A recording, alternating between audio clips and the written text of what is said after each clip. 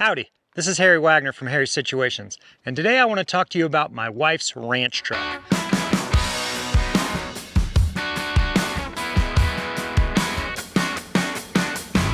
Now, when I met my wife, Maxie, she owned this 2007 Ram 2500. It's got a Cummins diesel under the hood, it's got a 6-speed manual, it's 4-wheel drive, but it was all stock. As you can see, it didn't stay stock for long once we met. Stay tuned and we're going to talk about all the upgrades that we've made over the years.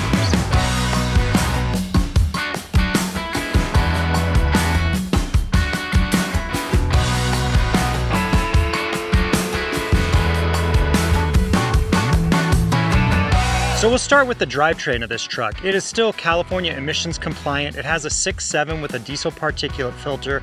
The only real upgrade that we've made is we've added an Edge CTS3 controller.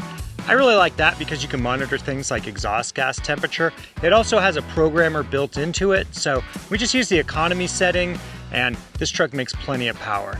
That power is routed through a G56 manual transmission, and it actually has a lever actuated transfer case, which is great. Solid axles, so the front's an AAM axle, as is the rear. They both have 410 gears in them. Those gears work really well with a 35-inch tall tire. The latest upgrade is Nitto's new Terra Grappler G3 tires. So these are 3-peak mountain snowflake rated. That means they're great in snow and ice. We get a lot of icy roads around here in Truckee and Tahoe in the winter, so they're gonna be perfect for that. They're nice and quiet, they roll smooth, and they have a 50,000-mile tread wear warranty. Starting at the front of the truck, Maxie was concerned about hitting deer and wanted a push bar. We did one better. I got an ARB Bull Bar, had it color matched to the truck, and it's fitted with a Warn 15,000-pound winch and huge Lightforce lights, another Australian company that makes great products. My wife mainly uses this truck to get hay and pull her horse trailer with, so she wanted a flatbed for it. Again, I couldn't just get a normal flatbed, so we got a Mitts alloy tray bed.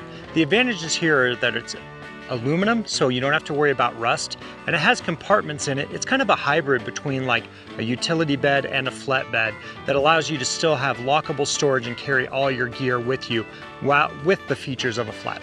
We usually take these sides off when we get hay, but they come off super easy, so they're just hinged at the front and the back, and then there's pins here, so just take the pins out, undo the latches, and these just slide right off.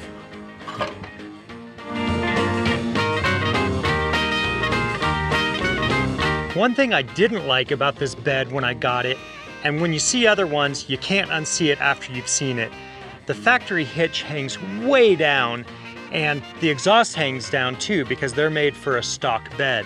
Once you put a flatbed on, aesthetically it doesn't look great. I went to Nate's Precision. They built this new receiver hitch that's up higher. Nate is a wizard with exhaust. He raised up the factory exhaust pipe so that it matches the bed, and I couldn't be happier. The only downside I will say is that with the hitch up this high, you've got to run a pretty good drop hitch to match up with your trailer now. If there's one downside with this flatbed, it's that it's not actually flat. It doesn't sit on the frame rails. It's up a little higher. If you've ever seen a flatbed camper, like a pop-up camper on one of these beds, you've likely seen the big gap between the cab and the cab over camper. And that's a function of the tray that's in the back of these. There's a rear drawer in these. There's a water tank under these. I love those features, but they require the bed to actually be higher than the frame in order to have that rear drawer. And that makes the entire thing higher, like a camper on the back. Now, we're not running a camper, but because of this setup, we haven't been able to put a gooseneck hitch in this truck because it's not flush with the frame rails. So it's not entirely impossible, but it's not bolt-in either. This Mitts alloy tray bed has 5 different compartments in it. 2 on the front on each side, 2 in the rear on each side, and then a drawer all the way in the back.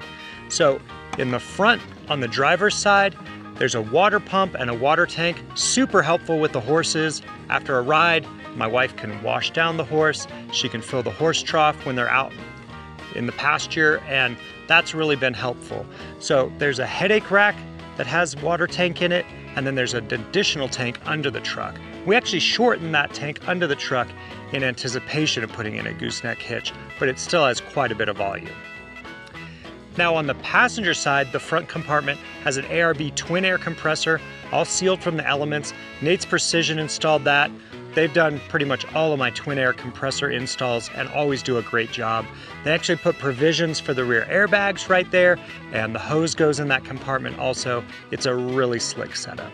The rear compartment on the driver's side has straps that we use to strap down hay when we purchase that, and there's also a come-along in there that comes in handy when we need to do fence work. On the passenger side, the rear compartment has all our recovery gear and tools should we ever need them. The rear drawer is where we keep things like the hitch, a shovel, a fire extinguisher, all handy and at the ready.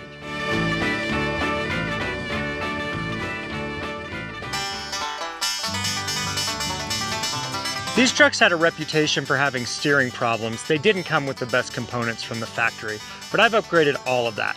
So now it has a PSC big bore steering box with a Synergy steering box brace that essentially puts the sector shaft into double shear.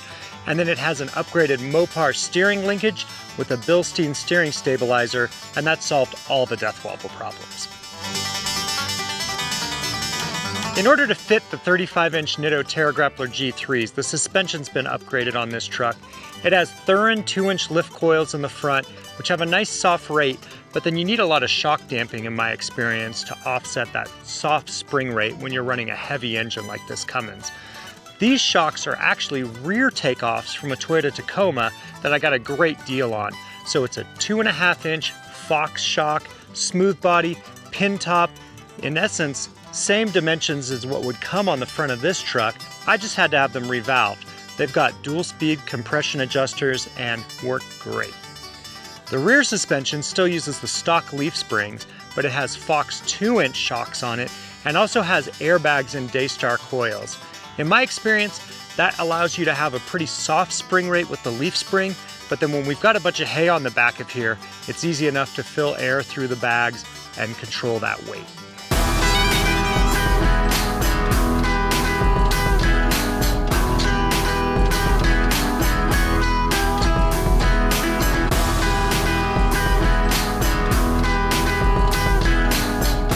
For our needs, this truck checks all the boxes. It's super reliable, it can tow just about anything, and it's really functional. I'm really pleased with the end product. Hopefully you are too. Let me know if you got any ideas from this video or what other upgrades you would make to this truck if it was in your driveway. And don't forget to like and subscribe.